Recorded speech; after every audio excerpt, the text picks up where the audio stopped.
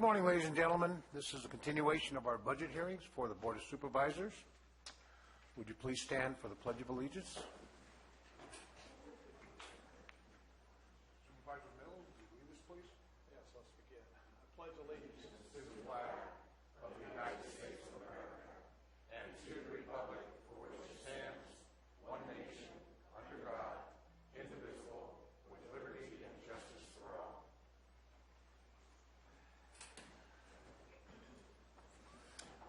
Before we continue, we will have announcements by Board of Supervisors. Supervisor Mills? Yes, I just wanted to let folks know that in the course of even the last couple months, I have been attending budget hearings for various districts throughout the county, as well as like CCWD, Copper Fire, Murphy Sanitary, City. It just goes on and on. So the budget process is exactly that, as a process. It is, we're in the beginning stages of it, and from here we will go to negotiating as to how we're going to best make this work. So have no fear.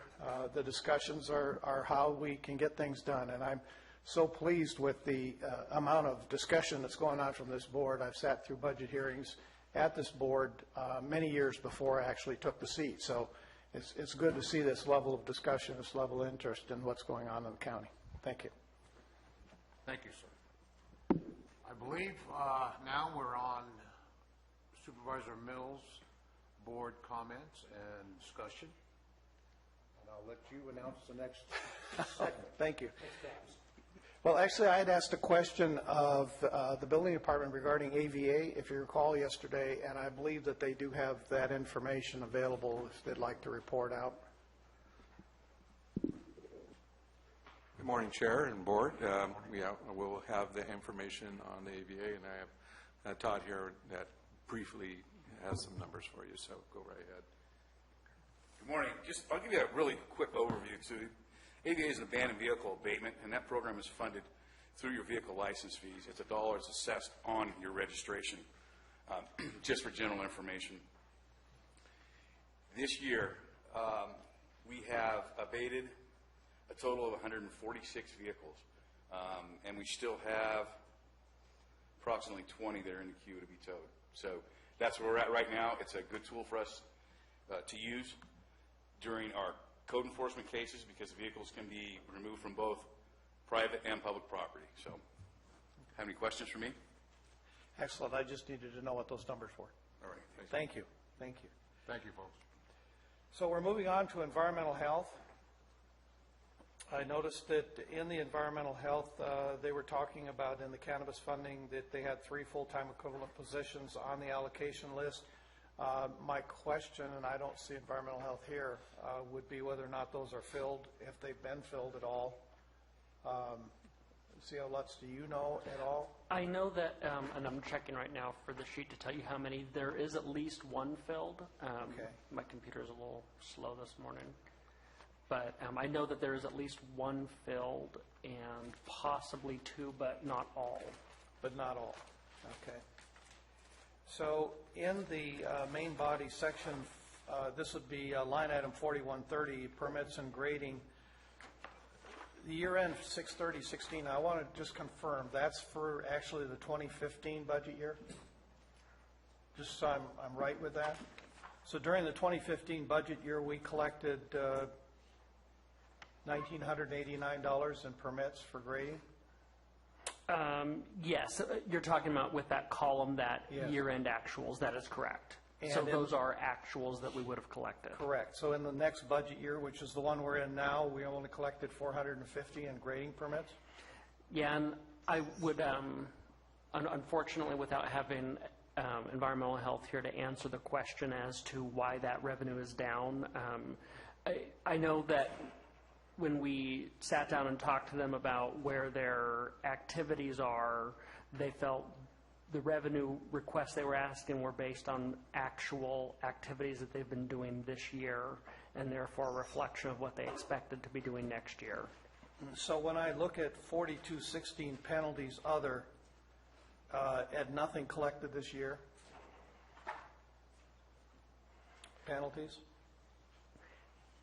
And on the penalties, that might also be a conservative budget approach where, because you don't necessarily know if you're doing, if you're assessing a penalty, it's hard to project that. If we haven't been assessing very many, I asked for a conservative estimate of the revenues.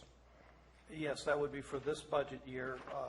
I'm more concerned with just how many penalties we've collected in 2015 and 2016 budget years based upon the extreme amount of grading that has occurred in our county and just the lack of ability to get permit price costing in here at all and penalty costing. It just I might suggest that if we want to move to a different department and give environmental health time to come here and actually respond. I think that's appropriate. And Judy's going to answer the question I was just going to give you, which is we currently have 2 vacant positions for environmental health on the cannabis funds and 1 filled.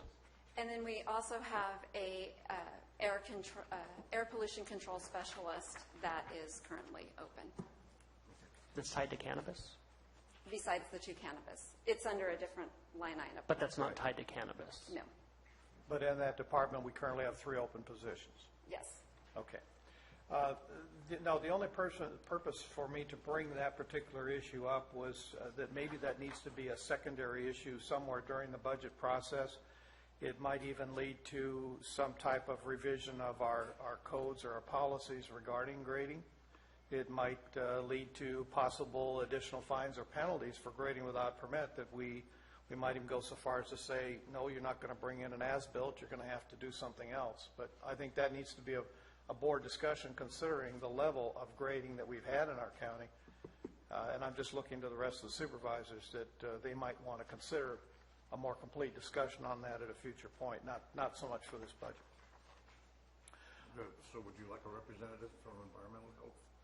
Actually, it's not. I don't believe it's Okay. necessary. They have enough to do. So, I noticed in line item 4686, the water well program. That's a 60% decrease there in revenue.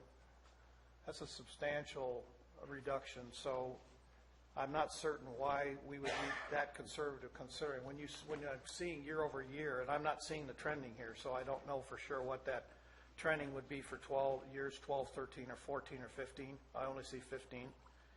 That's $75,595. So bouncing it down to $45,000 seems to be quite a push on a conservative side for revenue for that particular line item. Unless, again, the overall trend has been the reduction in requests for wells to be drilled, and the activities, therefore, have not been going in that direction. Obviously, part of that's going to be reflected in new housing builds, whether someone or agriculture wells or what have you.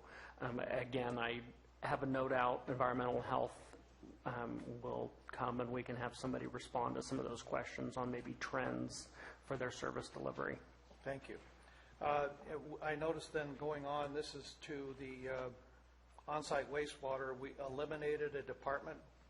One position was eliminated. It was a vacant registered environmental health specialist. That would be on the first page. So that's a good number. And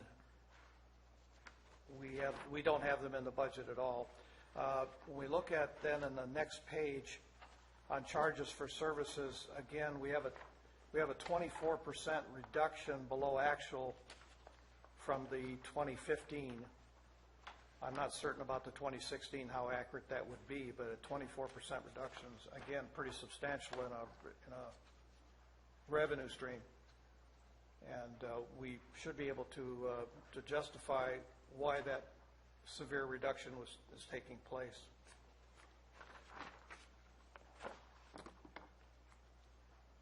On the tab for animal services, is the City of Angels contributing to animal services at this time? Do we know? They are not. They are not. But they are they under contract?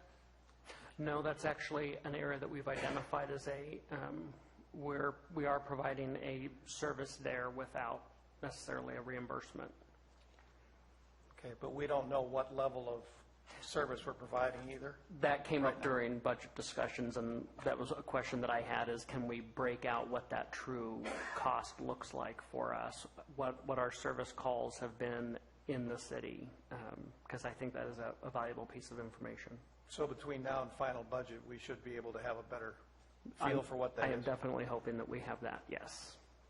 Okay, do we have any vacant positions in that particular department? I don't recall offhand. I'd have to go back and research that.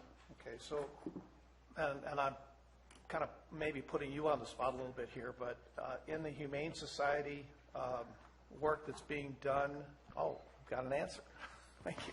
We do have a vacant position. We recently had a resignation in the animal shelter for the office tech. Okay, and it hasn't been vacant that long, though? No, and then we also have a vacancy as an animal shelter assistant, which just came up a few weeks ago. Okay, thank you.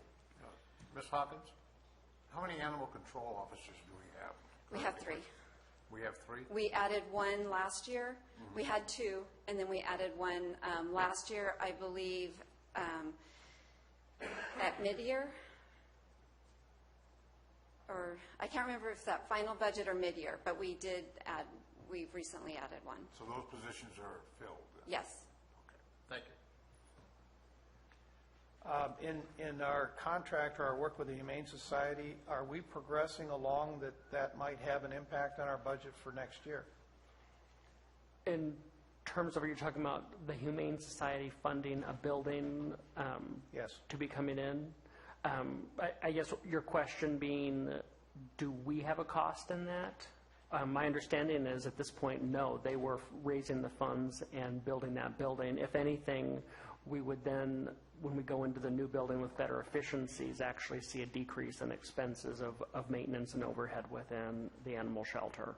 So we should be looking more towards next year's budget for what that might be than this year's budget? Yeah, considering the last update I had, they were, Humane Society was just engaging an architectural firm to be doing that build out. I think we're far enough out that it would be next to impossible to do an accurate prediction of what we'd expect. Okay. What is their current status on vehicles? They do have vehicles, and I see no requests in here for additional vehicles. Actually, and this might have been Or did I miss it in another part? under capital equipment on 5701, we did actually put in, based on, yes, 1 vehicle, based on that same concern that we had elsewhere. They have an aging fleet of vehicles that they've been keeping going, patching together. Knowing that, I recommended that they go ahead and add a vehicle replacement in there and plan on trying to do an annual replacement. We're talking about a lot fewer vehicles than the Sheriff's Department, for instance. With 3 animal control officers, that's really 3 vehicles, making sure that they're at least rotating those through to have a replacement plan in place. We don't have 3 vehicles that have to be replaced at the same time. Okay. In line item 4100 regarding licenses, it is in the code that, and this is something previous boards have decided as to what that was going to be, that cost for licensing, and yet we're not getting any reasonable cost recovery there. It's almost become a blue law simply because we don't have any kind of compliance. So the question would be, how are we going to achieve any cost recovery on licensing? Or does the board want to come back and discuss some options here? Because this is a backfilling of general fund money. Putting on former hat as former director of animal services in Tulare County, I can say that it is a chronic problem in most all municipalities to try and get compliance. It's unfortunate, but it is a pretty common trend, and I think one of the questions that I asked for in reviewing the general fees is, what is a reasonable fee? And I know that that's something beyond this budget, but when we get into July and August, I expect some departments, including animal services, to be bringing back updated or recommended fees for the board to consider. That being said, I don't think the cost of a fee to get full cost recovery in this program, I think you start to run into that line of it's hard to get compliance, you raise the fee even higher, and then more people say I can't afford to do it, and then you get fewer people that actually are complying. So there is kind of a fine line that you have to reach between those 2 points. Actually, I would look in the other direction of saying maybe we need to possibly lower the licensing fees, which would allow people to become more compliant. For that same point, We just yes. need to have some type of discussion on it. It's a big hit. $52,000 a year is a big hit to our budget. And then we're doing a full transfer in. I would rather try to find some way that we can encourage our citizens to license their animal as required and in essence save our general fund, even if it's a little bit. Oh, Well, looks like There he is. someone from Animal Services here, if you want to ask Animal Services questions. yes. Yeah, Henning, we were talking about the license fees for animals and the difficulty in gaining compliance with that, and that possibly the board should maybe look in the future to a reduction or some type of a change in the structure of that fee to gain better compliance. That is true. What we could look into is having a dedicated officer that is doing license compliance and vaccination compliance, which is the most important part. Yes, it is. In our county, we do have probably 45% compliance. With a number of people, we probably will never get compliance. They live here for a reason, and that is to be out of the county's reach. Other people, probably it's more a factor of the easiness to get the license. Sorry, I just ran down. No, it's okay. Catch your breath. Catch your breath. Didn't take the helicopter. What we are looking into is having another software package added to what we have to allow for online licensing, which would make the process easier and would take the burden off to either fill out a check and send it in or drive down here to San Andreas to pay for a $7 license. What I also would like to do is go back. I think Title VI would allow that to offer amnesty so that we can pull in people that think that if I go down now, I really get dinged, which we try to not to do too hard because our goal is to get the dog's license and have them in the system so that we can have insurance that the dogs are getting vaccinated. So the primary goal here, though, should be a public health aspect and being sure that rabies shots are being taken care of and that ultimately, some of your budget should come from public health because of the service that you provide from that side, which Well, is it about... still would come out of the same pot. I Finally understand. coming out of the general fund, yes. But the main purpose is, you're right, is public safety and have the dogs vaccinated so that we don't have transmitted rabies cases. And I remember that we had a rabbit dog in Copperopolis area last year. I think Amador County has now 3 rabbit dogs within the last 2 years. So it is prevalent in this area, and it is important. So it isn't that we want to be mean in terms of getting licensing of animals. It's more of being sure that we maintain a safe environment here in the county. That is correct, and that's why we started to even offer free rabies clinics where I pay the rabies vaccine out of donation money, and we have veterinarians that donate their times. And that has proven quite successful. We are now partnering up as well with Rescue 209. It's a private citizen group in Valley Springs, and they take the lead, and we are just stepping back, which I think helps as well people to go to those free rabies clinics without fearing that we will, at the end of the day, come and get them. So roughly how many volunteers do you have assisting you? We have over 100 volunteers on the list, and of those, probably about 60 to 70 come on a regular basis. Some come weekly, some come daily, and we have a few that even come twice a day. And not only do they volunteer their time, but they also, people give things to the animal shelter for... That is food very and- true, and the best example was during the Butte fire. I pretty much went through the Butte fire without expending any dime of my budget because whatever we needed, we got donated from the community, from the local businesses, so that we could do pretty much everything. Great. Thank you for running over here. Did you have a question?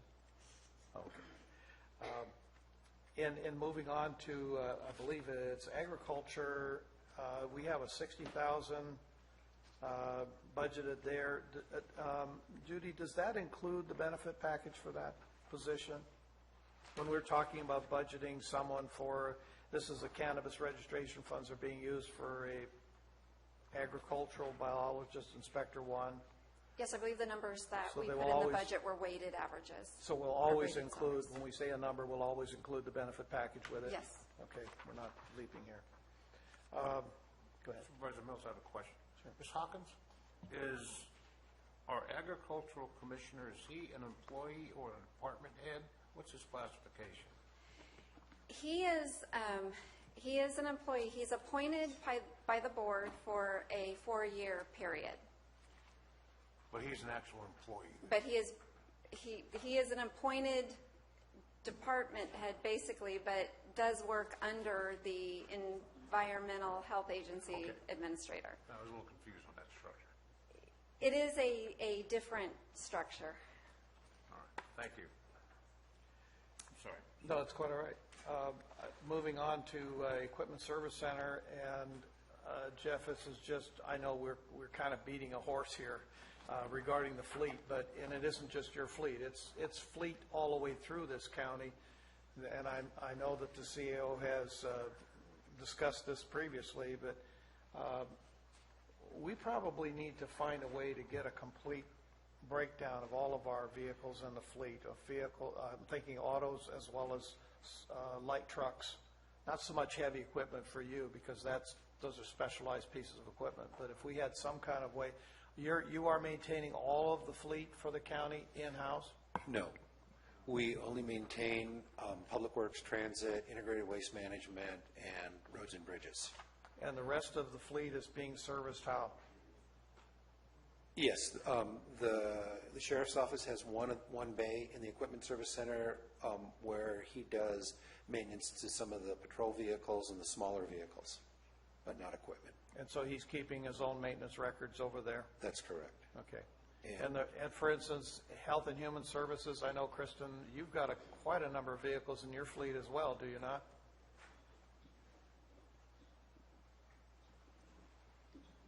What is it, about 65 or 70 or more? Vehicles? Yeah. Not quite that many that I'm aware of. Kristen brings Health and Human Services, so similar to what Jeff had just indicated about the Sheriff's Office, we manage our own individual fleets and have the records in-house as well. Okay, so do you have a service bay, or are you sending it to We contractors outside of the system here? Yes, that just to confirm with Marcos. Yes, we have individual contracts with local providers who will service our vehicles and have all of those records, as I just indicated. I can add some food for thought on this one. This is an interesting, one of those interesting things that you stumble upon where we do technically have the fleet services within Public Works. However, my understanding in looking at historical costs and why most departments have done as HHSA has indicated is that it was cost prohibitive to actually send it to our own internal service. It was cheaper to send it to a dealership or to another type of a local repair shop.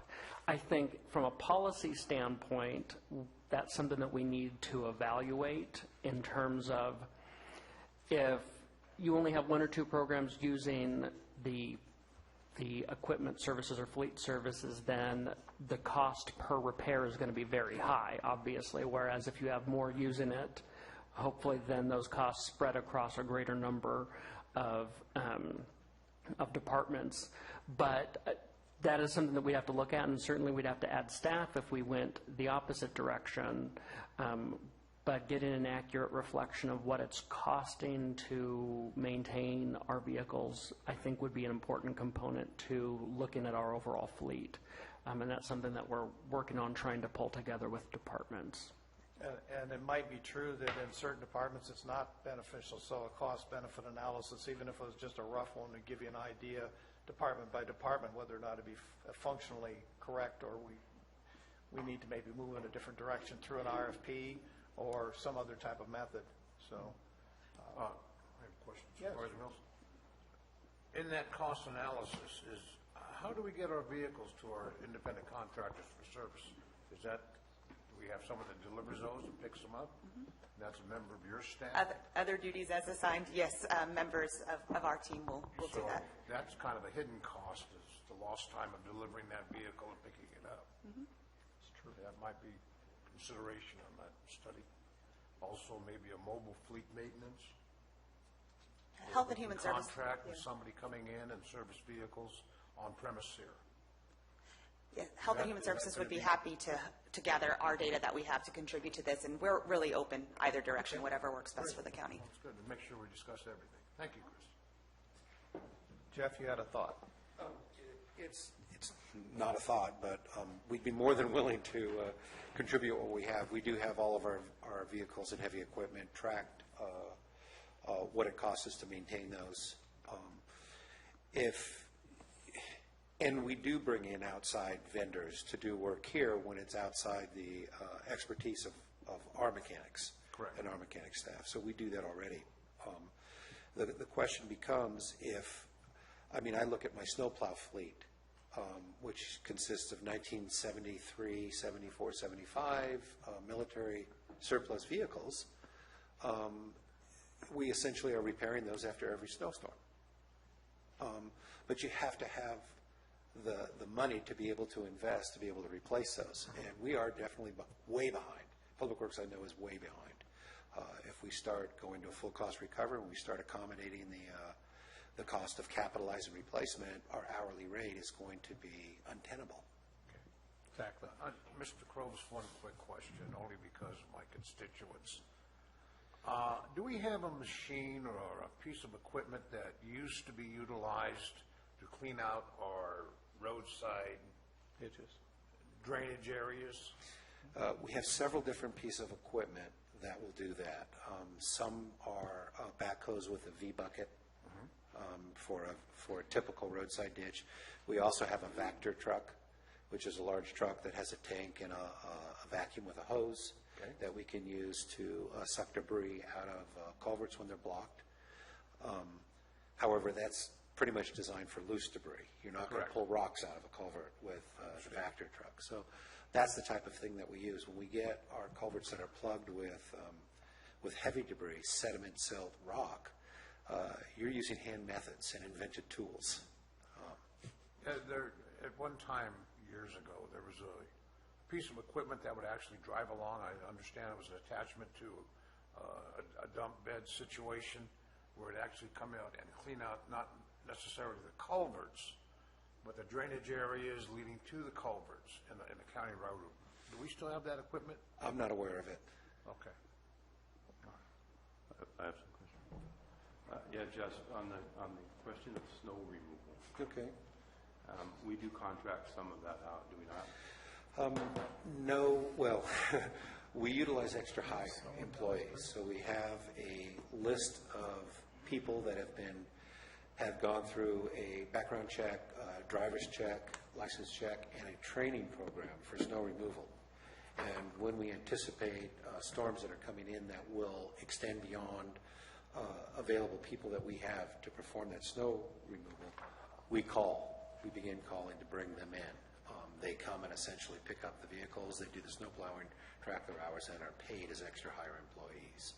So, and that's a system that I think has been in place, for a long time. And I think the determination was that was less expensive than contracting out. Yeah, one time we did do some contracting out. Okay. Yeah. And is there any cost recovery at all? There is cost recovery for snow plowing. Okay. And that is State cost recovery. state cost recovery. At what percentage or what? You know, I don't know. I don't know enough about it yet. Supervisor Tofinelli, I did a little research on that, and I don't know if it's changed over the last 12 months, but I understand that we have to perform 25% of our snow removal program before those state funds kick in. I don't know how they judge that, but there is cost recovery through the state, but we have to meet a minimum level of service for that. And that, of course, depends on the weather and the use of the snow equipment. You may want to take a look at that, Mr. Clovis, and Yeah, see if please that's still do. good. Sure will. Thank you. Okay, thank you. Continuing along that same line, having had a large fleet myself, G Capital Fleet, C.O. Lutz, G Capital Fleet was the preferred vendor for me on that. And what we really had there was not to provide any heavy service, but to just do the simple oil changes and the normal, 6,000 or 10,000 mile maintenances on vehicles. And it could be done on a mobile basis because there are a lot of preferred vendors that they would work with. So it eliminated the driving to a specific location every time. You could just kind of pick the location closest to you. So there's a lot of options available on that.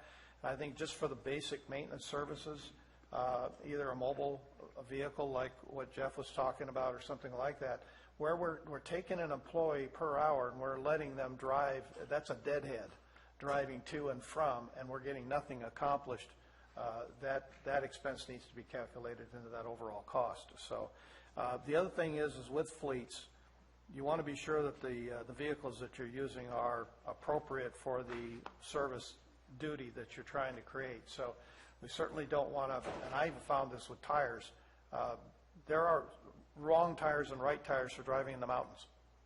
It's quite simple.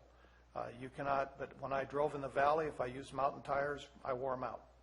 So there's a lot of variables that go into this, and if we start to look at our fleet costs, we might be able to see some savings just how we're approaching that whole process in that. I'm on to rim fees. We had budgeted last year in line item 5301, $3,162,937, and we're now budgeting $2,663,000. Excuse me, Mr. It's on rim fees. And County. Right. County rim fees, I'm sorry.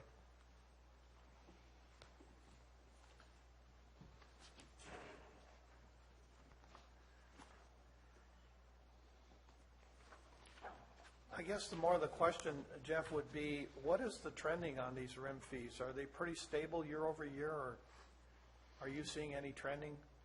The trending follows right along with the Building permits? And with building permits on those areas that are subject to the rim. And recall that the rim fee program was put together with Nexus to essentially allow new development to pay its fair share of its future impacts as these communities, these subdivision communities, are built out. And there is an application of rim fees in a percentage within the Nexus. And, by design, we use rim fees as the fee of last resort. So, for example, we've committed, I think, about $1.4 million or $1.2 million in rim fee to the Wagon Trail project for construction, because it was one of the highest priority projects in the rim fee program, and B, it had a component.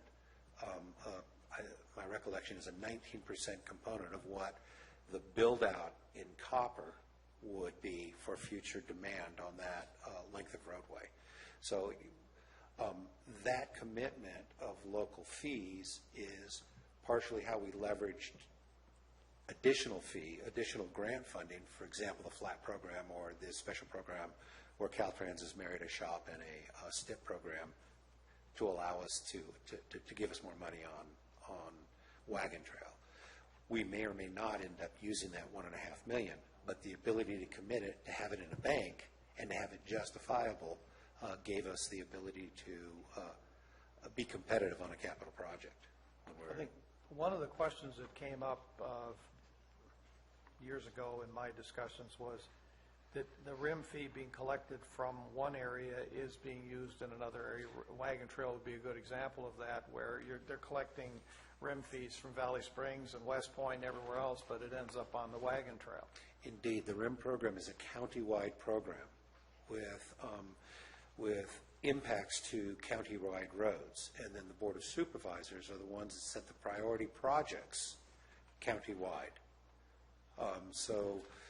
Thinking that, perhaps you're collecting a RIM fee from a single home built up in Supervisor Garamendi's district, potentially helping to pay for a road improvement down in Copper, might seem initially unfair or not. That's not how the RIM program was conceptualized and implemented. It was implemented as it's a county-wide collection, and there are roads that were underfunded and needed improvement. This was a method to do it, and then the priority projects are set by the board. So, should we at some point in the future have another discussion on those fees? we are required to come back to you with an analysis at a minimum every other year. We are behind, and with more of a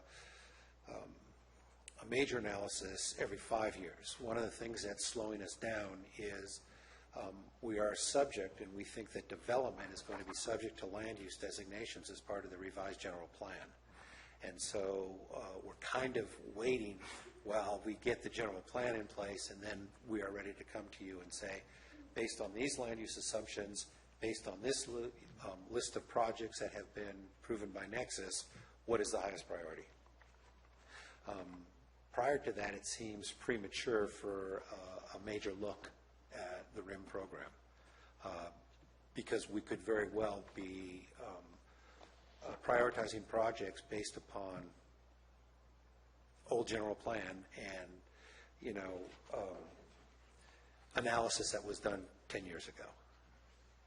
Excellent. Hope that answers your question. Yes, it did. Mr. Krobus, one issue. Is there additional RIM fees for certain designated areas? I understand Forest Meadows in my district. How do they address a RIM fee, the county RIM fee? And I understand that in the Valley Springs Basin District, is there additional RIM fees on projects? Okay. We've got to be careful about our terminology. A RIM fee is a road impact mitigation fee. Right. New development pays a fair share into that program. We have benefit basins that are much more specific. So if you look at the Valley Springs Benefit Basin, that's an assessment on new development that is specific to generally impacts the state highways and improvements that we want to make to state highways for the benefit of the locals. Fair to say? Supervisor Tofanelli is quite familiar with this. We also have additional fees that are collected within community service areas, and that is because at the time the development was approved, the county didn't have the funds and didn't see the future to have funds to be able to maintain those roads. The roads are privately owned, privately developed, privately maintained public roads. So most of them are dedicated to the county to be open. To be open to the public. Yes, correct, and not gated. Not gated. So that's yet a different method that the county uses to have additional funds. So that type of an instance is more similar to what's going on in Forest Meadows, where there is an assessment on development within the subdivision to help defray the cost of those roads. Are those numbers reflected in your budget? No, we do not. Well, I don't know what you have in your notebook. I've got the various benefit basins, and we track those funds. I've got Copper, I've got Valley Springs, I've got Bret Harte, we've got countywide RIM. In addition to that, I have all of our CSAs, and we track those how we should say it, expenditure accounts, savings versus expenditure. So for CSA 2, 4, 8, 12, and 1, we have about 5 of those. And then there's one very, very small PRD, which is a small road that generates not very much money. There's about $14,000 in that account for 2 or 3 miles of road for maintenance. It's similar to a community service area, but it's just called a Thank you for PRD. that information. Okay. That's all I have. Thank you. Great answers. And I'm moving on to environmental health at this point. Just as a broader question here, Kristen, is Do you mean Health and Human Services? Health and Human Services. My Because I was going to say, I know you're environmental bad. health staff is actually out there now, if you'd I like saw to that. revisit that tab, or if you want to go to Health and Human No, Services. we'll move on to Health and Human Services, I say with these tabs. Kristen, on the state realignment money and everything, a lot of that's up in the air, and it really does impact you. It impacts your department in a big way. So the 1991 realignment and then the subsequent, was it 2011 realignment? All of that is, should we be looking at something this year to be a little bit more proactive about what may happen in future years, knowing where the state's direction is at this point? So, so Kristen brings Health and Human Services. You are correct. The very core, the nature of the realignment funding sources, they're volatile funding sources in general. They are composed of vehicle license fees and sales tax, which we both know, which everyone knows are subject to the economy. So you're correct. They're always a source that has vulnerabilities, and I think that's one of the reasons why many Health and Human Services agencies are conservative with budgets, because you do have to make sure that you have sufficient savings to be able to carry forward should some sort of an economic downturn, and that you still have sufficient funding for those mandated services. It's also another point to note about those sources in general is that a lot of them float. So a lot of the programs in social health and human services are reimbursement based. So you have to incur the cost first in order to receive the funding. So those funding sources, the realignment funding sources, serve multiple purposes. I believe what you're more specifically speaking of is the whole IHSS component of 91 realignment, which I've spoken before your board before on, and you're correct. As CAO Lutz indicated in his overall presentation on the budget, that's one of the items that has the potential to have much larger impacts in the out years. When we conduct, this is very much a moving target, this IHSS component as well. So when we very first began and we saw the governor's preliminary budget, it was much more detrimental to our county in the first year. It was around $500,000, as I had mentioned, and wrote in our memos to your board. Since then, as CAO Lutz had mentioned, there has been some negotiations, and that impact has dropped tremendously. It's still bigger. It's still approximately, I think, $138,000 in the first year, and then trends upwards in the out years. So for the immediate, my team has got really close eyes on that funding source. We are watching it. We know that will be okay the first couple of years. Some other counties are not in such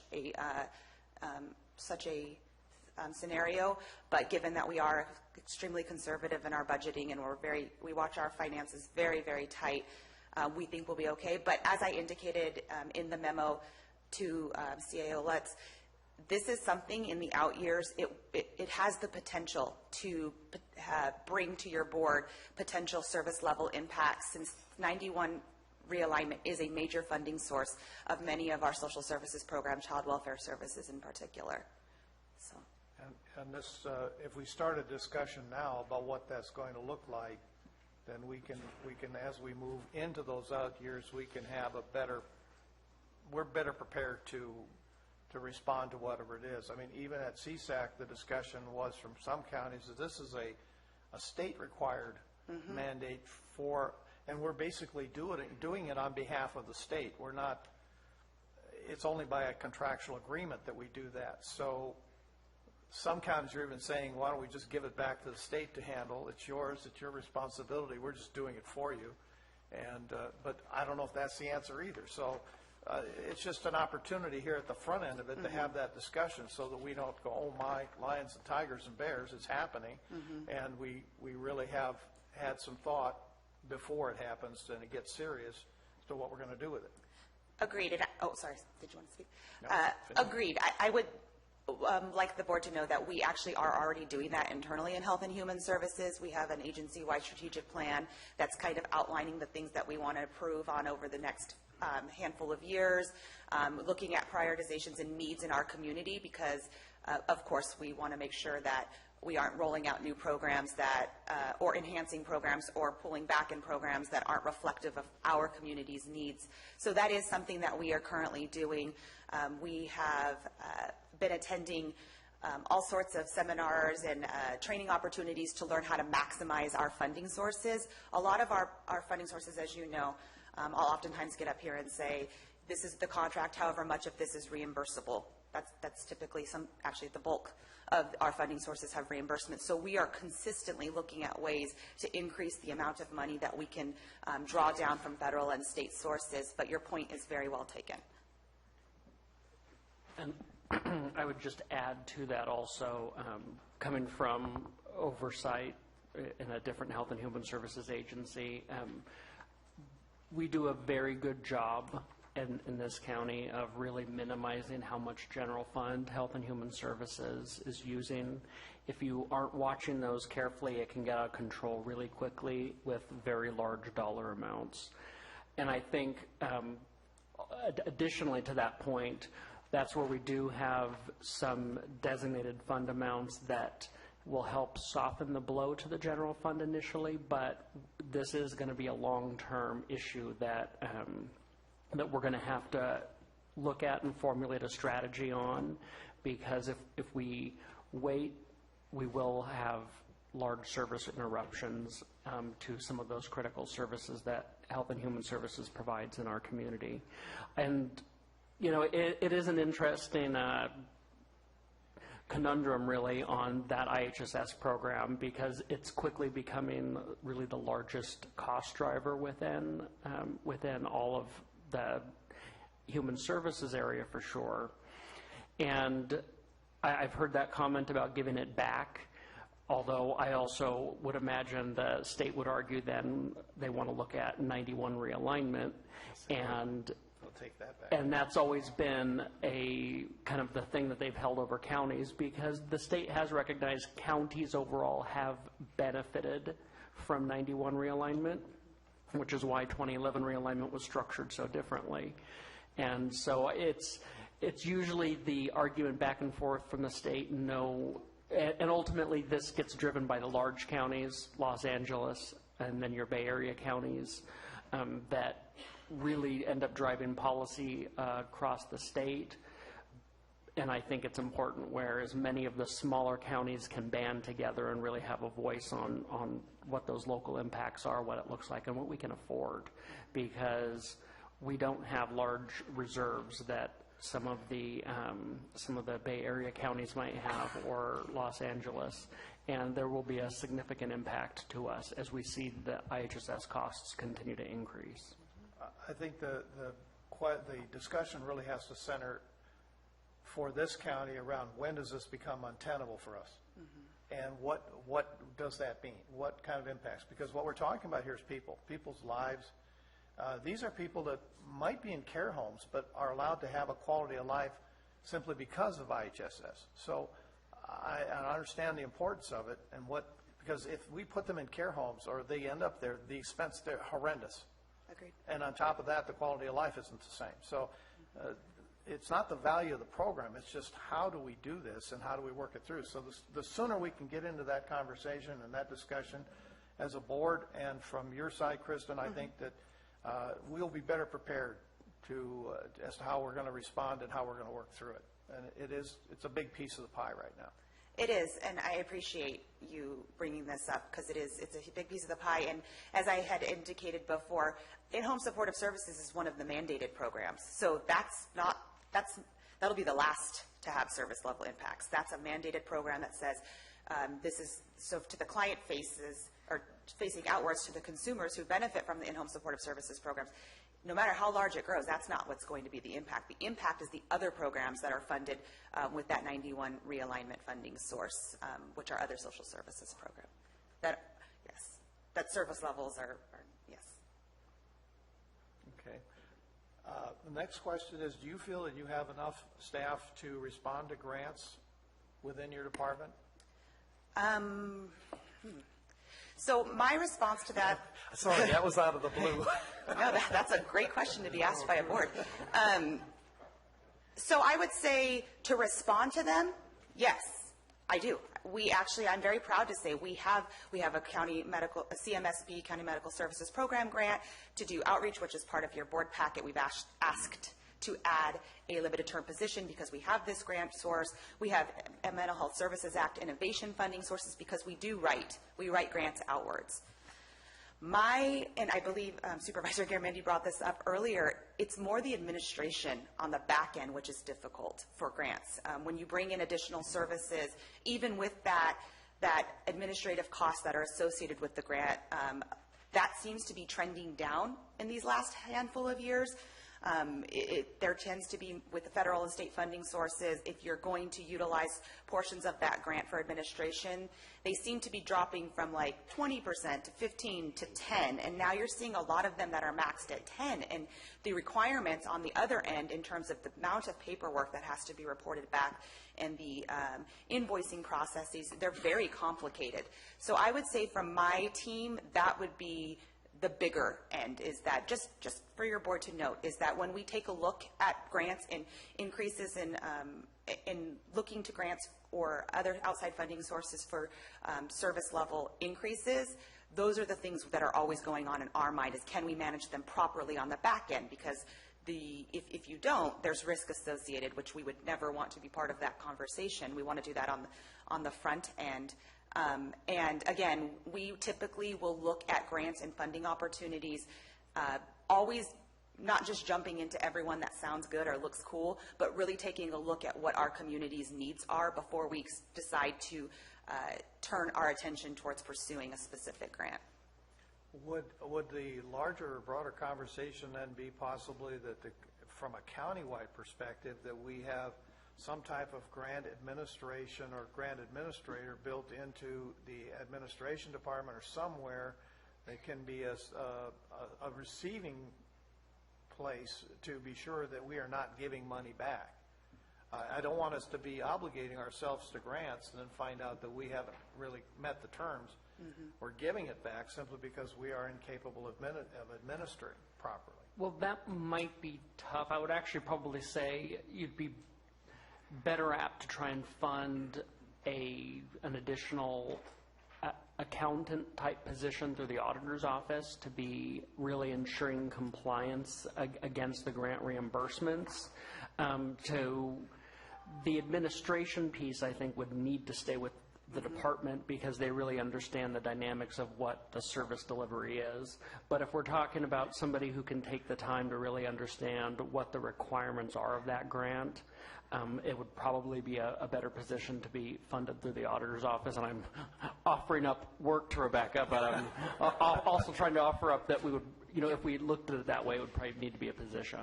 And this is work that my office is currently doing, even though we don't have a classification for it, and it's something that, I just take on myself, or I have my assistant do that work, in addition to everything else that we're doing that just keeps falling on us.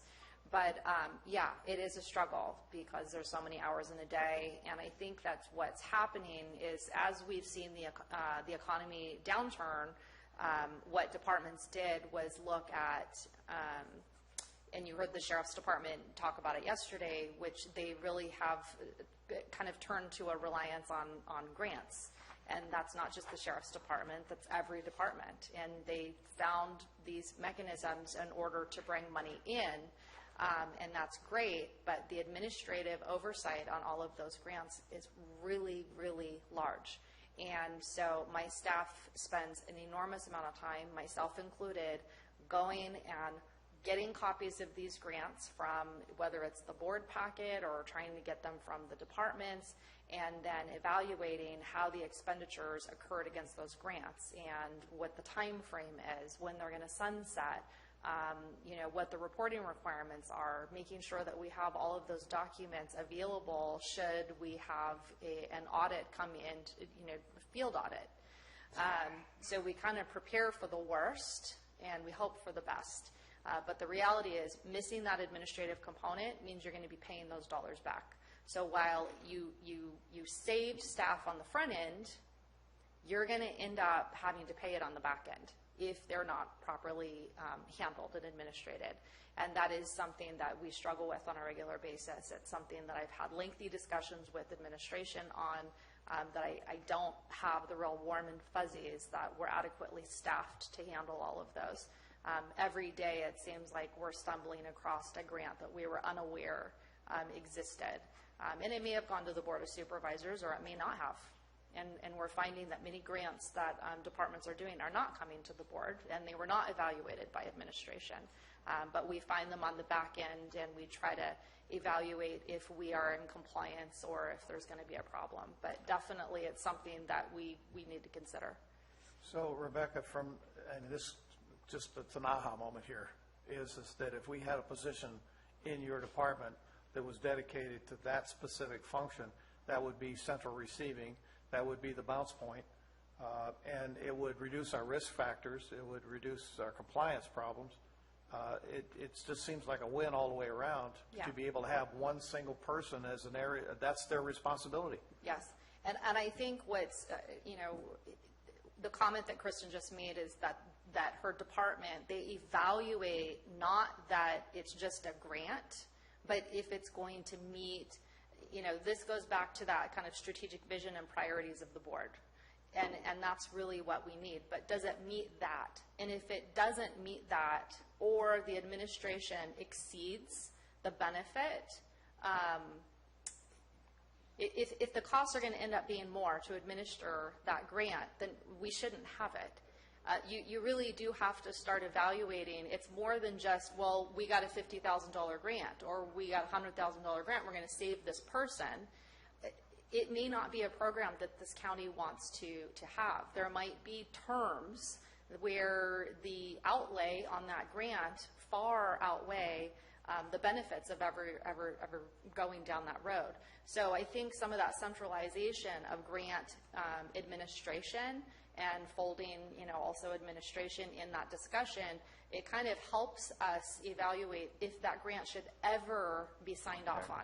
And we do find grants that we're stuck with right now that I kind of question if we ever should have gotten involved in those respective grants. So my point is that that person, once they're in that position, should be able to check a box saying, I approve, I've reviewed, I am willing, I can handle this, or we can handle this, or not.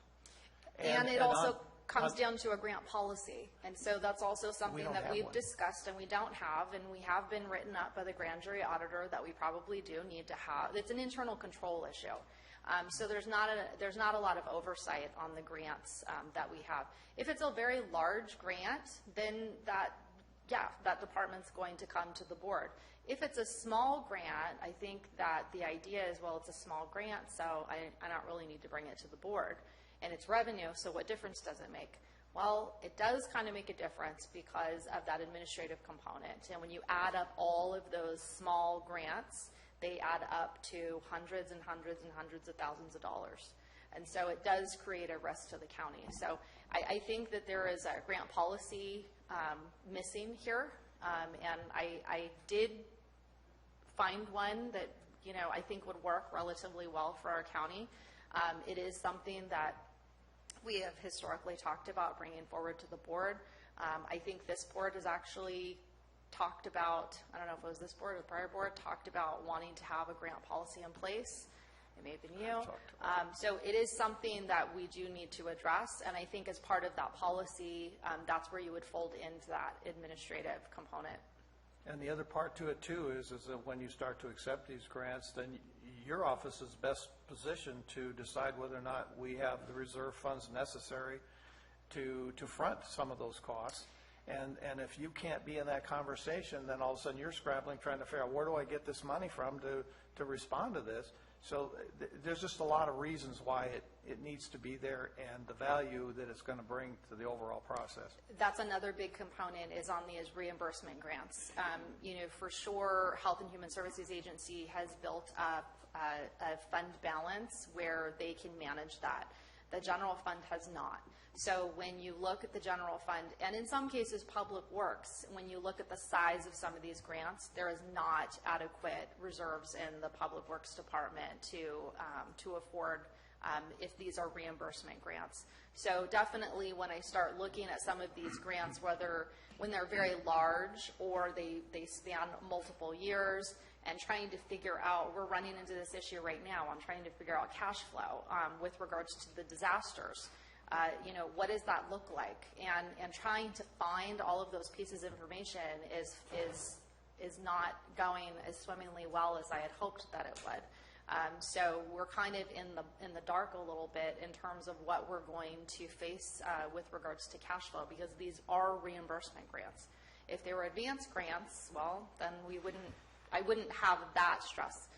But these are not advanced grants, they're reimbursement grants. So that's just another piece of the puzzle on that.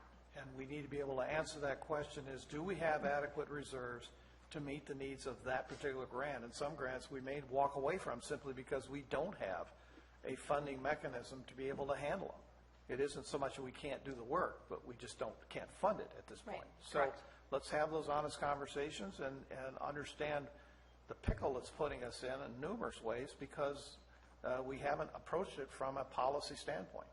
Correct. So I appreciate this conversation. Thank you. No, I'm fine. She answered my question about the viability of the grant and whether there's enough cost built in to cover administrative duties for the whole grant, or is it costing us money because there's not enough in it to do all the administrative activities that are needed. Right. That's big, that's huge on whether you go forward. And then I truly believe that it needs to come to this board on any grant or through administrative office. I think we need a policy on this because we need to sign off through both the auditor and the CAO, so we know what's going on in the county as far as grants and money coming in and going out. So, I mean, that's his duty, and that's her duty. So. We had, I mentioned the other day, a lot of experience with this at the University of California, and we actually had corporate foundation relations, and there was an Office of Grants and Contracts.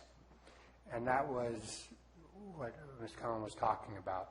And they were split. As a director, we would have weekly conversations. We describe ourselves as, the people out generating the revenue were the farmers. Grants and contracts were the people who were milling and making the products that came out. And so we tried to work together, but it was clearly a sequential process. And often, again, you don't find people, it's hard to find people who could do the same thing. The person who's watching the books and being an auditor on everything, making sure everybody's doing their stuff, is not always the best person to go out and sell. So, again, bigger organization. Well, and I was going to add on there, I do think a better practice is going back to that is bringing the grant application to the board for review and approval. I know it could potentially slow down, and we'd have to write in exemptions if some of our emergency grant funds come with literally, 3 weeks notice of, hey, there's a funding opportunity, you need to apply. But in general, those types of grants should be coming to the board with the application materials. That allows my office, the auditor's office, to review, and then the board to weigh in on what that looks like. And I think it is a critical weakness that we've had that is, I don't say an easy fix, but a policy fix that doesn't cost us a lot of money to implement, but really could save us a lot of money on the back end. And in GFOA, it's called check and balance. So, go ahead. I didn't mean to interrupt you, Supervisor Mills. So that's something that the board would want to consider, this policy? And we can do that just on the poll of the board? Put that on your list, Mr. Lutz? Okay. I don't see any opposition from the board. Supervisor Platt? Thank you. Continue, Supervisor Mills, if you will. Thank you. Kristen, I also noticed there was a substantial number of computers being requested. What percentage of your total IT is being requested to be replaced this year? Do you know? About a third, about 20%. Approximately 20%. And what I need to look at from a larger perspective is life cycle of servers, life cycle of laptops, or even software has life cycle. And if we know what those life cycles are, that we can start building something into budgets every year as a replacement schedule, so that we don't have to literally slap your budget at a specific time with a whole big, and you may say, you know what, I can forego one more year because that'll give me one more year of an additional piece of funding that I can set aside, even though, because then it's yours to use. It's just a matter of making the best use of it and not pulling a whole bunch of IT components together in one lump sum, and then somewhere at 5 or 8 or 10 years down the road, here it is back again. So I'm just trying to be sure that we have IT is checked off on it, and everybody really understands the cost and the benefit to how these replacement processes specific to IT work. I am so pleased that we're getting a security analyst in this county. That is something that my oldest son, is currently doing for the government. And so having those conversations with IT before we actually make replacements, I think is just a critical element as to whether or not it'll be a long-term success. Well, and Kristen, you might not know this answer or not, but I'm kind of curious. On the life cycle for your computers that you're replacing, because with some of the programs that Health and Human Services uses, often it's requiring replacement more frequently than some of our other departments require. My question is, how long on average do you know are you holding on to those computers? Because when we surplus those, there's a good opportunity for those to go to programs that don't have as intensive of a need for computers. So essentially they get the surplus machines that are still viable, but because of the requirements with some of your programs that you interface with, you have to update it. And in fact, the state builds in a cost to say, update these machines through this cycle. So to answer your specific question, I don't know it off the top of my head, but what I can tell you is that we actually have an IT staff member in our building who monitors all of this regularly. So to speak to your point about communication with IT, very much so. We have a wonderful team member of theirs who 100% of the time assists Health and Human Services and kind of stays on top of the schedules, and she's consistently making further improvements to making sure that we're doing that life cycle consistent refresh. She's getting better and better at that, some of those processes, and helping us tremendously in that capacity. In addition, with Health and Human Services, we have additional layers than perhaps other entities. A lot of times when you're purchasing computers with state and federal funding, you have to do these advanced planning documents and turn them in to the state and get approval. And so there's kind of this additional bureaucratic steps that we take in order to make sure we're able to utilize our funding sources at the federal and state level to pay for our IT enhancements. And oftentimes our IT enhancements will come because of a change at the state level. Our child welfare system is in the process of being upgraded, and that's going to bring on some additional information technology needs. And again, that's one of the reasons why we have made that choice to fund a IT staff member in-house, because we do have, we come with a lot of programs and servers and requirements and things like that. But let me, Marcos, do you know anything about the transition schedule, or does anything to add? Or Marco, sorry. Can I interrupt for a moment? Yes, of course. So as I understand it, you have an IT technician in Health and Human Services assigned to our IT county? Exactly. Okay, good. Yes, They're and embedded there. yes, so that communication is very much there. Marcos Munoz is our business administrator. He knows a little bit more about this piece. Thank you, Kristen. Sorry, Dennis. Yeah, that's all right. Hi, Marcos Munoz, Business Administrator for Health and Human Service Agency. Yes, we have worked closely with our IT person in our agency, and the life cycle is roughly 5 years for the computer. So we are looking to replace roughly between 20 and 25% of our computers right now in our agency, and that is on pace, maybe a little heavier than that 5-year average. So we do work closely with her. She gives us the recommendation schedule on how many. We don't only have computers just for employees, but we also have them. We have a network room. We also have interview rooms which have computers, so it's not just employee computers, but computers for all areas of our agency. And I think the CEO's point is a great idea, and that being sure that we internally surplus those used machines out to parts that don't need the heavy. Yes, absolutely. I fully agree. Thank you. Thank you. Our librarian has a Yeah. She's writing a script on us, guys. See, this is what's really cool when we have these kind of discussions, because Yeah. then there's an interplay that happens between department heads that is it's not often done. And so when we can have these discussions, everybody kind of says, I can play a role here, I can do something else there, and it works. So I really appreciate the conversation. That's all I had for you, Kristen. I appreciate your answers.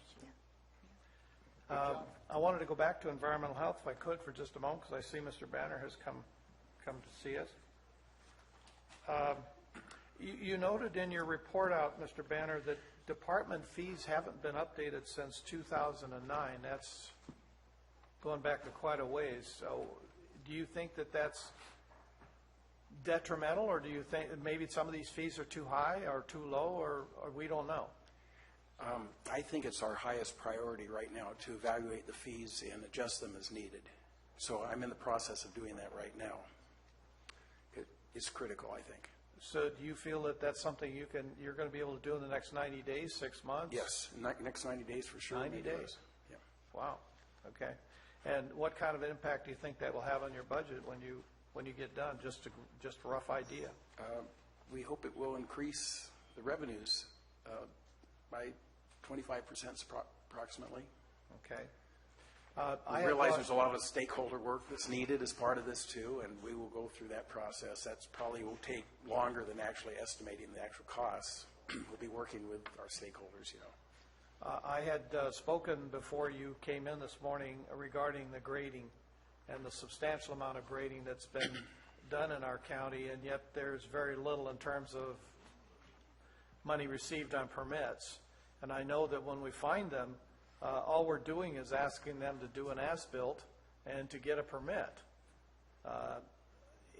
It's almost counterproductive to, well, I'll just wait till I get caught with this. I would like to see if the board would come back at a future point, and that's what I was discussing, to maybe revise how we respond to grading without a permit. And we're not talking just about the individual, might be including the licensed contractor or unlicensed contractor who is involved in this whole process, so that we can regain some control on the environmental damage that's being created in the county. Right. Yeah, I'd be happy to work with code enforcement and public works on that issue. Okay. That was all I really had, was that. So thank you for coming. If I would add the one thing on that for those fees too, and it's that fine line on timing. I mean, 90 days is aggressive in terms of environmental health fees, and I just want to make sure that we provide Brad with enough support that we're going to need to do stakeholder input. They're going to need to finish that nexus study to really identify what their costs are. But the stakeholder input with the community is going to be critical for something like this.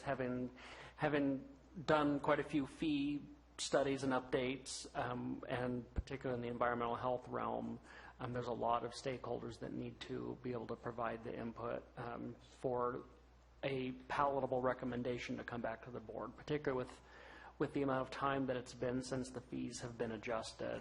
So I add that piece of, I think it would be helpful for you to come back to the board with updates probably on this is where we're at, and I'm sure board members will want to be involved in stakeholder input meetings in their individual districts. So My comment to Brad would be, keep the board updated, but if it takes longer than 90 days, it might be part of the process, and it's better to make sure we do our due diligence than to rush it.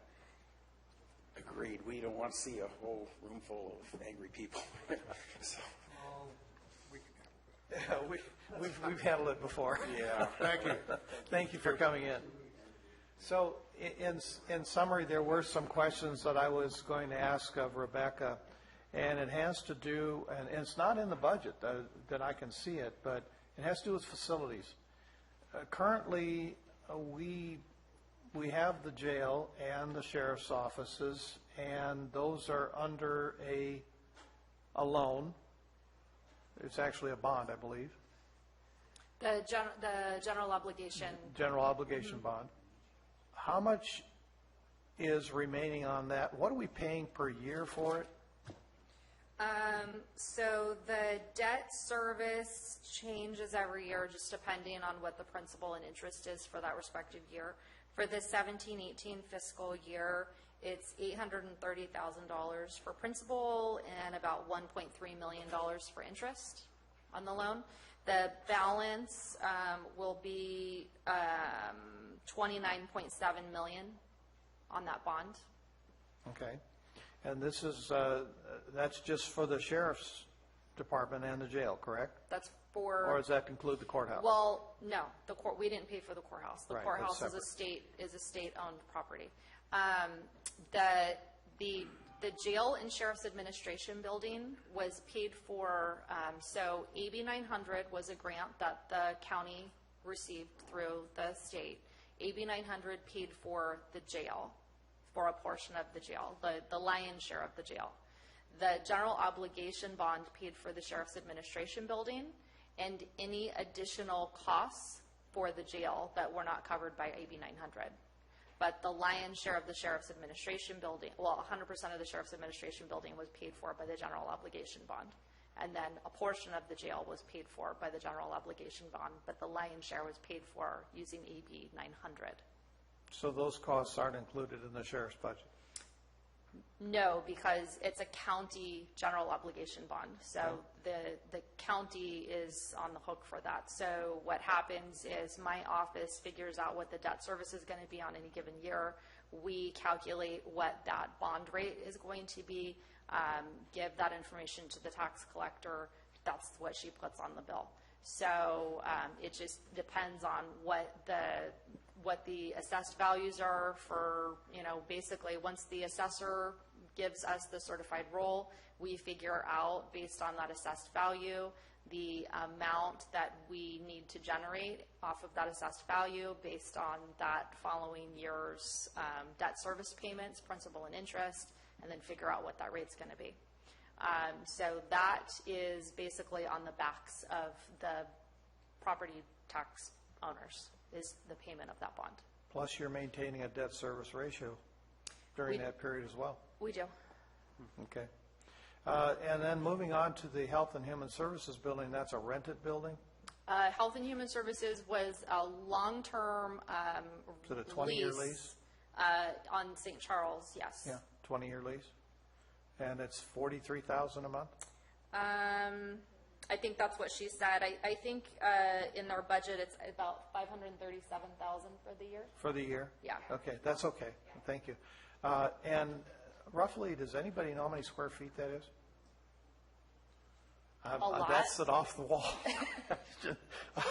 The reason I was asking is, when you look at square footage, cost per square foot, oftentimes in rentals, and you can understand that, you're 80 cents.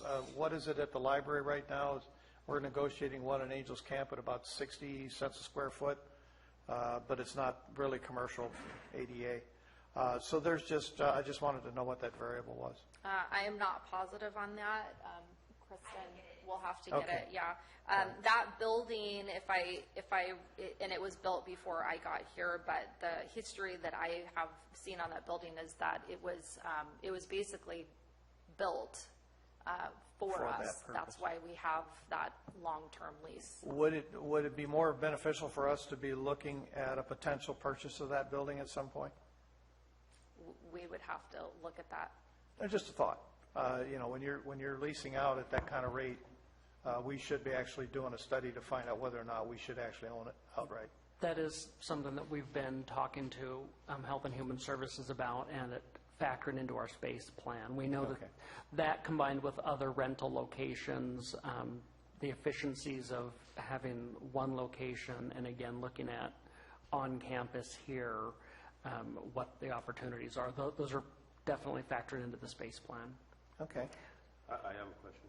And built into the lease, maintenance costs, or do we perform all maintenance on the building? Because that would go into the equation. Yeah, there is, part of the agreement is that if they wanted to do something addition, then they get permission. And then I think you guys are paying for those additions. That would be an alteration on the building. That would be an If you want to do any alteration. alterations, you got to get, but the general maintenance of the HVA system, the roof, skylights, elevators, all of that, is that built into the lease? By the owner takes care of that when there is a problem, or are we paying the cost of all that maintenance? Yes and no, and yes and no.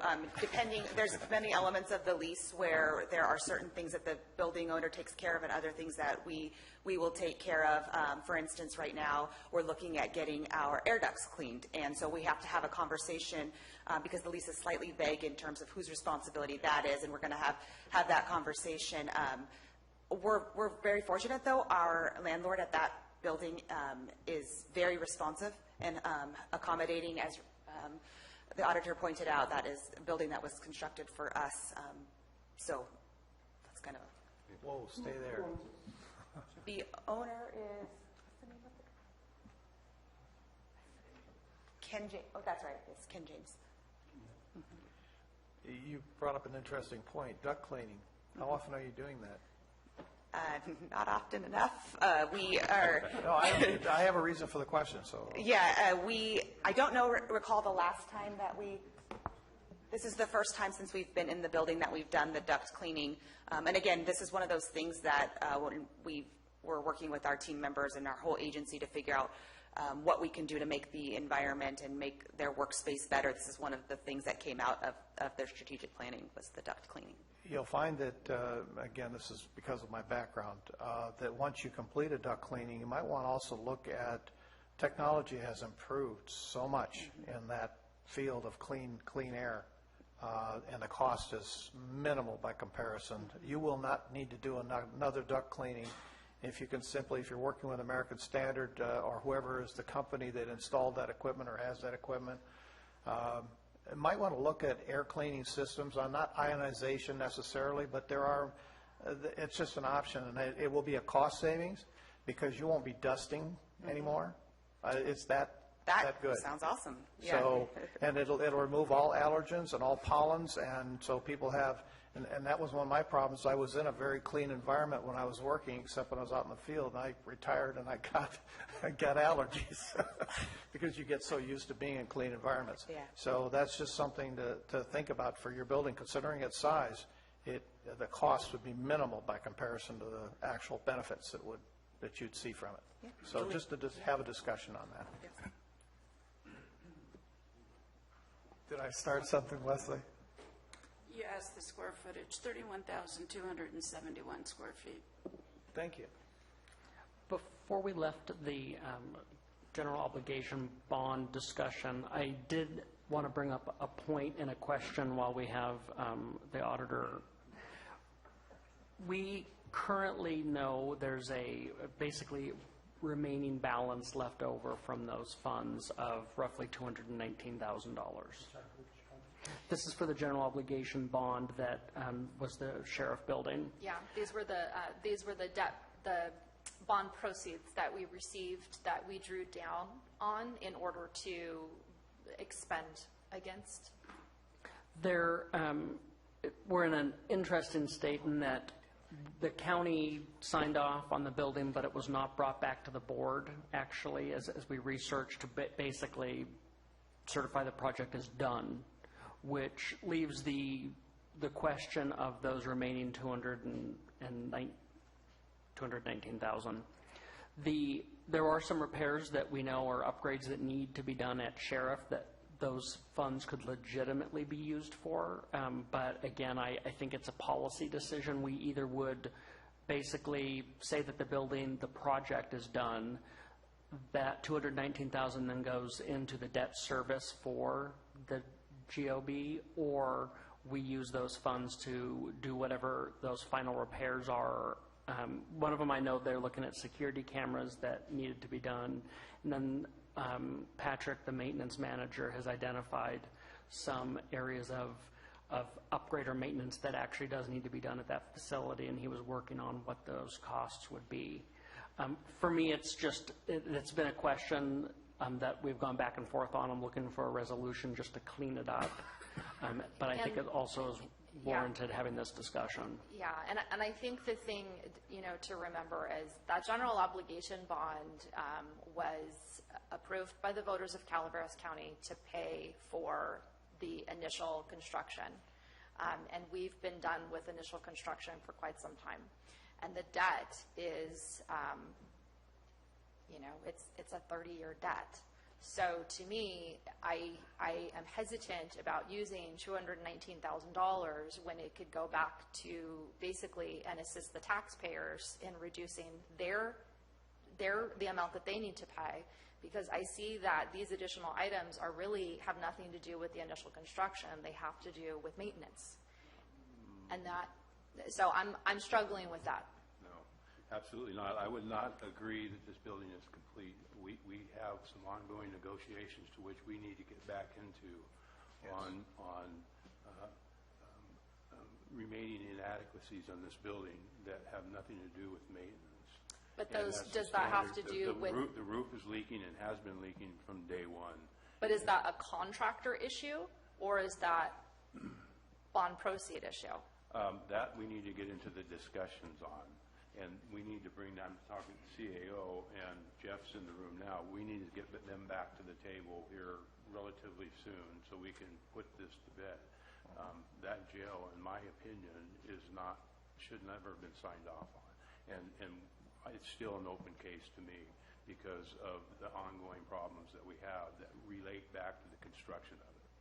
So. And I would agree that if that's the level of discussion that needs to happen, then I think it still doesn't mean that bond proceeds should be used as a resolution for that. And it more so maybe needs to be a discussion with the contractor. And I hear what you're saying, yeah. Rebecca, but I just don't want to let go. I mean, we can deal with this in a relatively short time frame and get back to you on that. But I think before we do anything, what you're suggesting that we do, and I'll agree with you that we should do that if that's the case, we need to get this jail where it needs to be, and us saying, yes, it is complete. Okay. So lastly, because you're standing there, it has to do with the Fed just bumped interest rates recently, 25 basis points.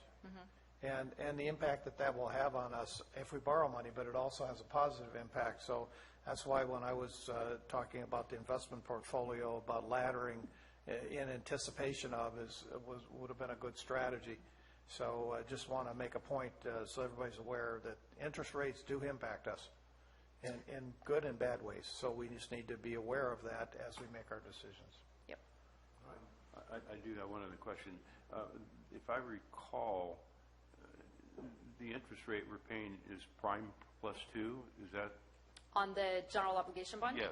Well, we just refunded it, and so we just refunded all of our debt. So we did the certificates of participation, and we did the general obligation bond.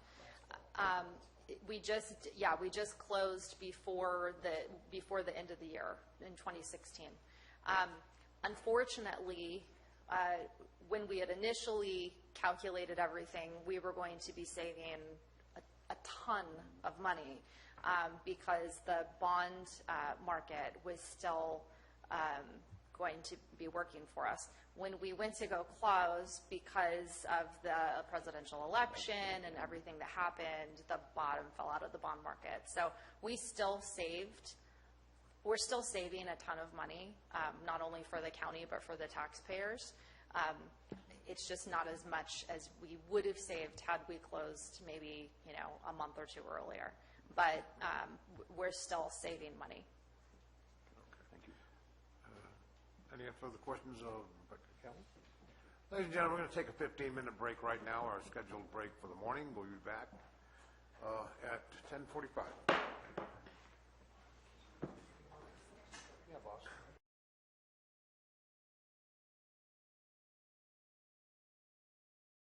Okay, ladies and gentlemen, thank you very much. We'll resume. Supervisor Mills? Well, I finished pretty much with everything I had. I want to thank everybody for their responses. I think it generated a lot of good discussion and maybe some eye-opening thoughts. So I appreciate all of the department heads who are willing to take the time to come in and to participate. And to some degree, the questions might have been almost blindsiding because you weren't aware we were going to ask them. But in the budgetary process, when I was on finance committees before, I felt that the directors or the supervisors around those committees should be able to answer the questions by the time they're done and not have staff being able to answer the questions. So thank you. I now have those questions answered. Thank you. Is there any other board member or staff member that would like to address at this time? Supervisor Tofinelli? Are you good? Are you good? You good? Supervisor Garamendi? I have my comments. Okay. Supervisor Mills? Supervisor Platt? And I have no further comments at this time.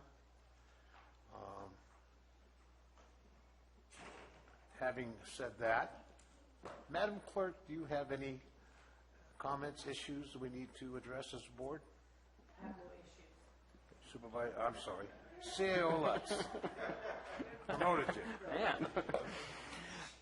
At this point, then, really what my office will be looking for is direction from the board as, based on the recommended budget that I submitted, what changes the board would like to see made for us to be able to bring back on the 27th a final recommended budget for the board to consider.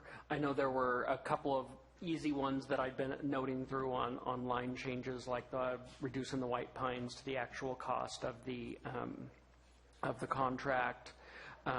We, at this point, are moving forward with zeroing out the Visitors Bureau line.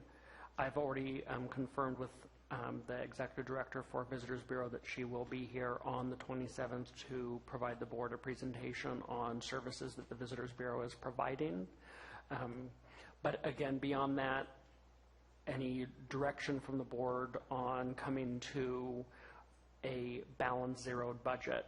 I know we have a meeting on Monday with Supervisor Tofinelli, Supervisor Mills, and sheriff staff to try and identify opportunities to reduce the Sheriff General Fund draw this year, and in turn then not freezing those positions associated with that.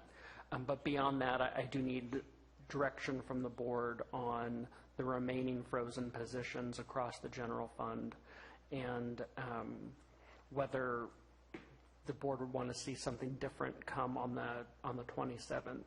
And I would just reiterate again, this is this placeholder.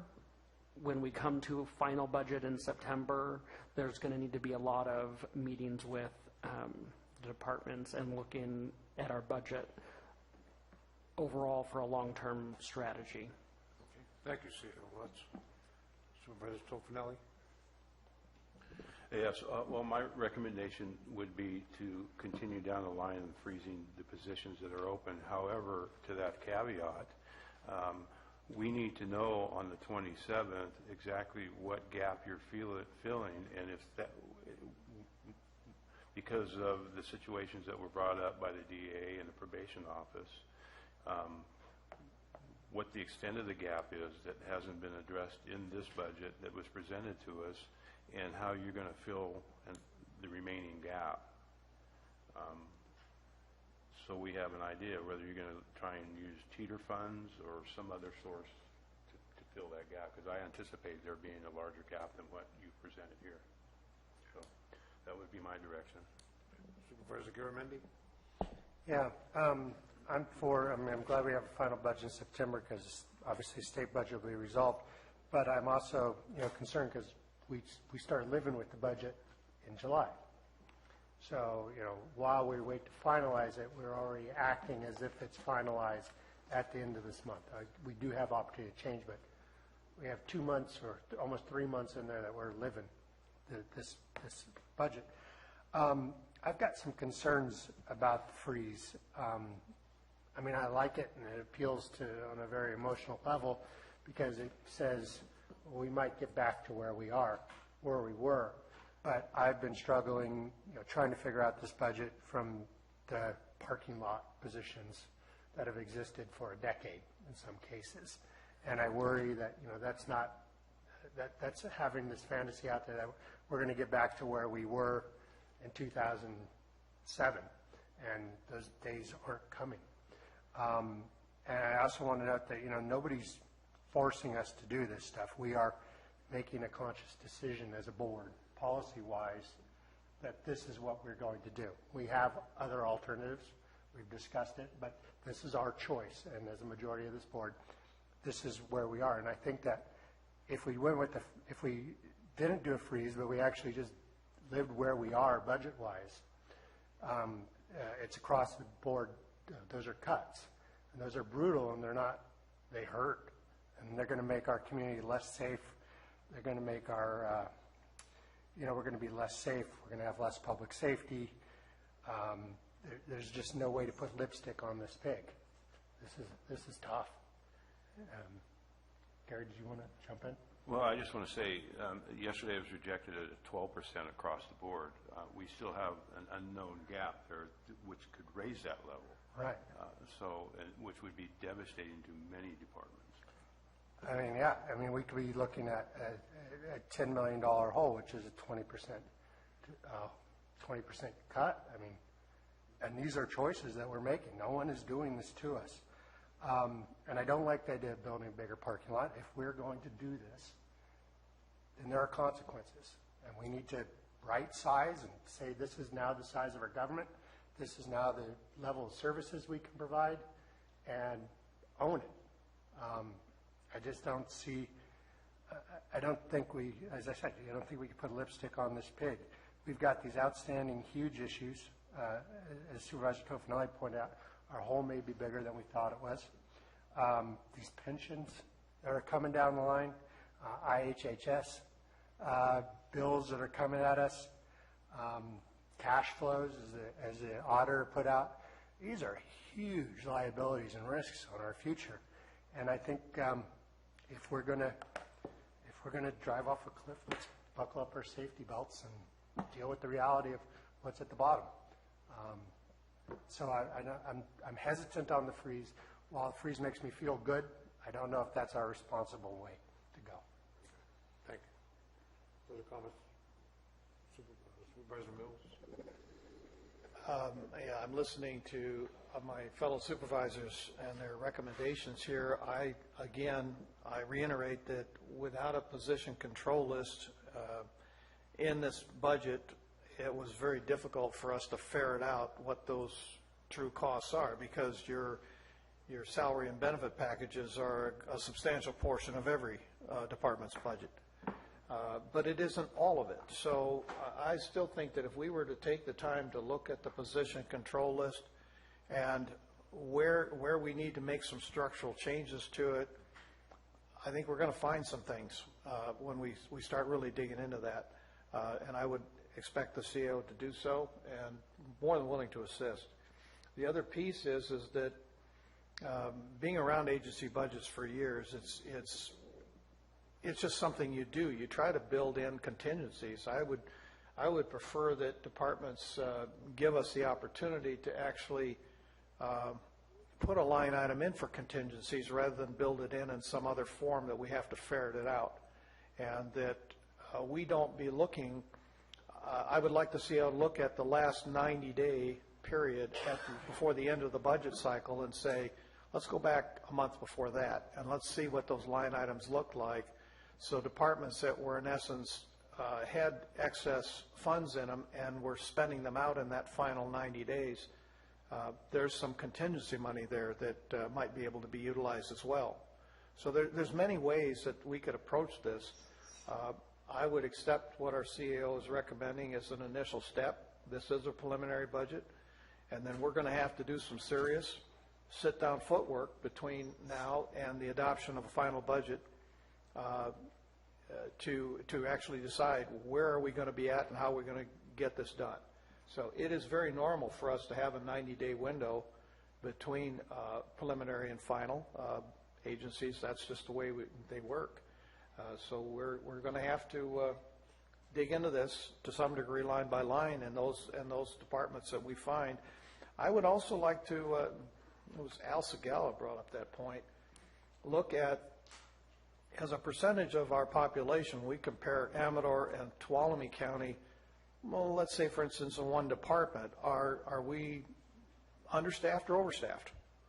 And in terms of providing that particular service. So I agree, Supervisor Garamendi, that that's one of those things that we need to say is are we willing to provide that level of service, or is there another level that we're going to want to work to? But that's a matter of establishing goals. And that's why I wanted so badly for us to have a sit down as a board and just review what are our underlying goals that we want to use as our policy statements to drive our budget, which drives our performance. And when we talk about having money out there, oftentimes we put money into a budget and we expect it to be spent out during the course of the year, but oftentimes it's not always spent out in a, not a rational way, but in a stable way of every 12 months. Where there's excess cash sitting in specific departments, we may want to look at just-in-time budgeting so that we can maybe utilize that cash that's being set aside in that particular 12-month period to some other use, but it still have it available in the cycle when that particular department is in need of it. There's just many ways to tangle with this, Lion, and I think that we can do it. It's just a matter of sitting down and asking our CAO and using his expertise and his background to help build something that's functional. Thank you. Supervisor Platt, any comment or anything? Okay. My comments on this particular issue and our budget is mirrored by my fellow supervisors here at this diocese. But I think it's important that everybody, even our public, our citizens, our department heads, our county employees, realize that we are faced with a very dire situation. And I hope we have the ability to see through this and start us on a path, not just for next year, but a sustainable path to come back to where we were at one time. But unfortunately, it's going to take some very serious consideration and some very serious reductions in some areas. Hopefully on the 27th, we'll have more insight to where those areas are. With that, is there any further from staff, Madam Clerk? Oh, I'm sorry. Supervisor Garamendi. I mean, we are making this choice. We have alternative routes that we can take to generate revenue. We are going to have less deputies dealing with the crime that exists in this community as a result of this. We are going to have less people fixing the roads. We are going to have less everywhere. And people are still going to expect the same amount of service. And our problems just keep getting harder in this county. And so we're literally, we're not taking our foot off the gas now that we're in the mud. We're getting out of the car. And we're going to be standing in the middle of it. I mean, I think that, if we're going to do this, I understand democracy. We'll go with what the majority of this board does, and I will do my duty just like everybody else will. But we need to, we own this. We own what's happening right now. The five of us. There's something to think about. Could we possibly suggest that before that final budget, until that final budget's adopted, that none of the departments take this as a carte blanche to just go out and procure capital assets or add positions or whatever until we really have that final number. I mean, we're just asking for a 90-day, just hang on till we can get this put together, rather than, oh, there's the budget, and it says, I've got this, so I'm going to go do it now. That's a quarter of their work year. We're talking about asking people Well, not to plan out their year. We can't just pass. I don't think so. Well, we're just going to be simply saying, continue as you are over the next period until we've adopted the final budget, and then we can start making those moves. I wouldn't support that, Dennis, because this is where we are. We don't have 90 days of extra money. This is what we're going to do.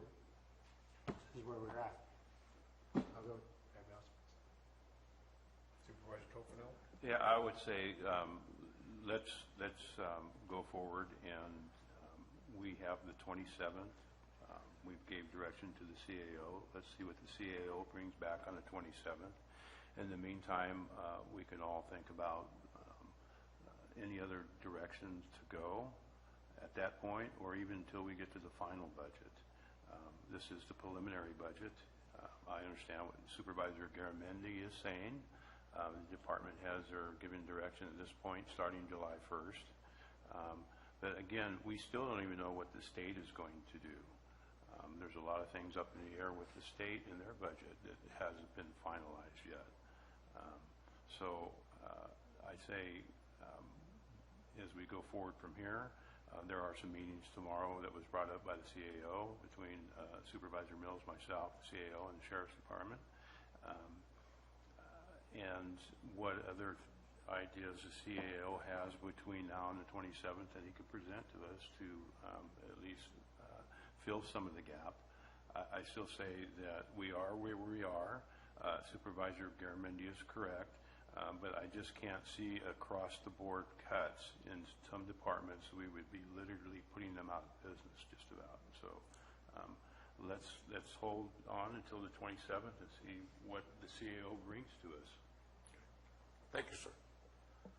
I'd like to personally thank all the members of this county, the employees, the department heads, our staff, for all the hard work they put in thus far on this budget issue. We do have a long way to go, but I want to make sure that everybody understands the appreciation that we have for the folks that make this county run. And that's folks that take care of our county and its citizens. With that, Madam Clerk, do we have any other issues we need to address? We do. Supervisor announcements. In compliance with AB 1234, Chapter does Government Code Section 53232.3D, this is the time for board members to report on meetings attended on behalf of the county and to carry out their duties as a county supervisor. Okay. I will start with Supervisor Toffenelli. I have nothing to report at this time. Supervisor Garamendi. I've been here with you guys. Supervisor Platt.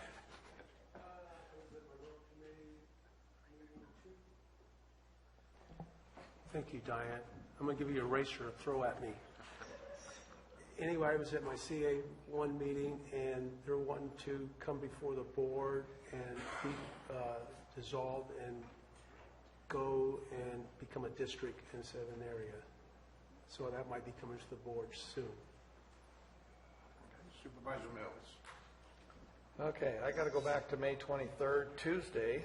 Met with Congressman McClintock's office to relay our county's numerous declared states of emergency and that we are primarily disadvantaged communities in need. We need his voice. May 24th, Wednesday, attended the CCWD meeting to hear their final budget presentation. I was present for the retirement party. I believe Supervisor Garamendi was here as well for the two employees from facilities. Attended the scholarship presentations to the graduating seniors at Bret Harte and spoke with many constituents to thank them for supporting our students. May 26th, Friday, testified at the Public Utilities Commission hearing on behalf of the Copper Telephone on their rate change request and attended the 50th anniversary celebration of the Arnold Library. June 1st, Thursday, helped host the Highway 4 Corridor meeting where we toured the Angels Camp Power Plant, heard of the challenges to operating this older project along with the history. It's kind of interesting. When I was in college, I had an opportunity to be a purchasing agent for a company that built those power panels and actually purchased many of the relays that I was looking at now 50-some years later. It's really weird. Hearing a presentation by the Tuolumne County Resource Conservation District on their project to assist those along the Highway 4 corridor with water catchment money and water savings money. Anybody interested can go to the Tuolumne RCD website. The information is there. June 4th, Sunday, attended the retirement party for Terry Bullock, 34 years of service not only to the City of Angels Camp at Murphy's Fire and to our county hazmat team as an instructor and an active participant in many, many hazmat incidents throughout our three-county area over the years. June 6th, Tuesday, staff attended the Angels Camp Business Association Coffee Talk Tuesday, where history of the building of Middleton Shopping Center was discussed, and the Miwok Indians and their concepts for the future, and also with domestic violence was discussed there as well. Attended Angel City Council in support of ACPA as they presented their many projects that they've been doing throughout the year, and to be sure that they are supporting businesses within the City of Angels Camp. June 7th, Wednesday, attended the Council of Governments, reviewed the city and county capital improvement projects, approved the budget, and approved the need for changes to correct our audit deficiencies. June 8th, Thursday, attended Murphy's Sanitary District meeting, reviewed the plans for improving the ability to handle another wet winter and a response to the DWR orders on their spill. Staff attended CCWD to hear their proposed response to the draft EIR for the ban ordinance and presentation by HDR on the cost of service study that's currently being undertaken by CCWD for those that are in their service area. Attended the Foothills Fire Safe Council meeting. The CERC program project is now complete. Reviewed the Chipper project and reviewed the tree mortality projects that they're in process with right now. And they did receive a $75,000 grant from PG&E to assist them with some of that work. June 10th, Saturday, attended the Copper Homecoming Breakfast. We spoke to many constituents there to hear their concerns and feedback. And June 12th, Monday, met with LAFCO representative to prepare for testifying next week in Sacramento on the value of special districts bringing to the communities here in Calaveras County. And that's all I have. Thank you, Supervisor Mills. On the 24th, I attended our agenda meeting, which I do prior to any board meeting. We discussed our quite extensive issues, and hopefully I want to personally thank our staff, especially our board clerk, and Rebecca Turner for formalizing our systems that move slowly at times in the past, but they have been greatly increased, and it's an actual pleasure to attend those meetings to make sure that our meetings run smooth and informative. I did attend the Governor's Task Force meeting on tree mortality, also in Sacramento, and also the coordinating meeting on that. We did discuss the funding on the state level regarding funds in the previous budget submission draft by the governor, where it indicated $50 million towards the tree mortality program for the state of California. Most importantly, the high hazard counties, which Calaveras is one of. Unfortunately, the revised budget came out where they reduced that amount to $2 million for tree mortality, but the explanation was provided by CAL FIRE that they're going to take the remaining $48 million and fund and man their fire apparatus for wildfire year-round instead of just during the fire season. Now, it sounds pretty bad where they took $48 million, but I was assured by CAL FIRE and the Governor's Task Force Committee that those funds will be allocated as needed, and if we have a situation where we need funding emergency to take care of our tree mortality, they will be able to allocate those funds. They haven't given me a direct source yet, but they said it doesn't look as bad as it appears. Other than that, I've been preparing for the budget like the remainder of our staff and our supervisors. I just received an email. I understand Assemblyman Frank Bigelow was going to make a meet and greet in Murphy's on Friday. That has been canceled due to a family emergency with with Assemblyman Frank Bigelow. Family member is ill, so we're going to give our hopes and prayers out to that. Hopefully that's not going to be a serious issue. I want to also commend our search and rescue teams for the recent plane crash issue that occurred last week. I got a phone call when that plane was missing out of the Grayson area, and I was quite pleasantly surprised that our search and rescue teams, along with other agencies surrounding from Amador as far away as Alameda County, participated in that search. Unfortunately, it was unsuccessful. It wasn't a rescue. It became a recovery issue. Hearts and thoughts and prayers go out to the family of the pilot. With that, we look forward to our next meeting. And I want to thank staff one more time. You guys did a great job. Meeting's adjourned.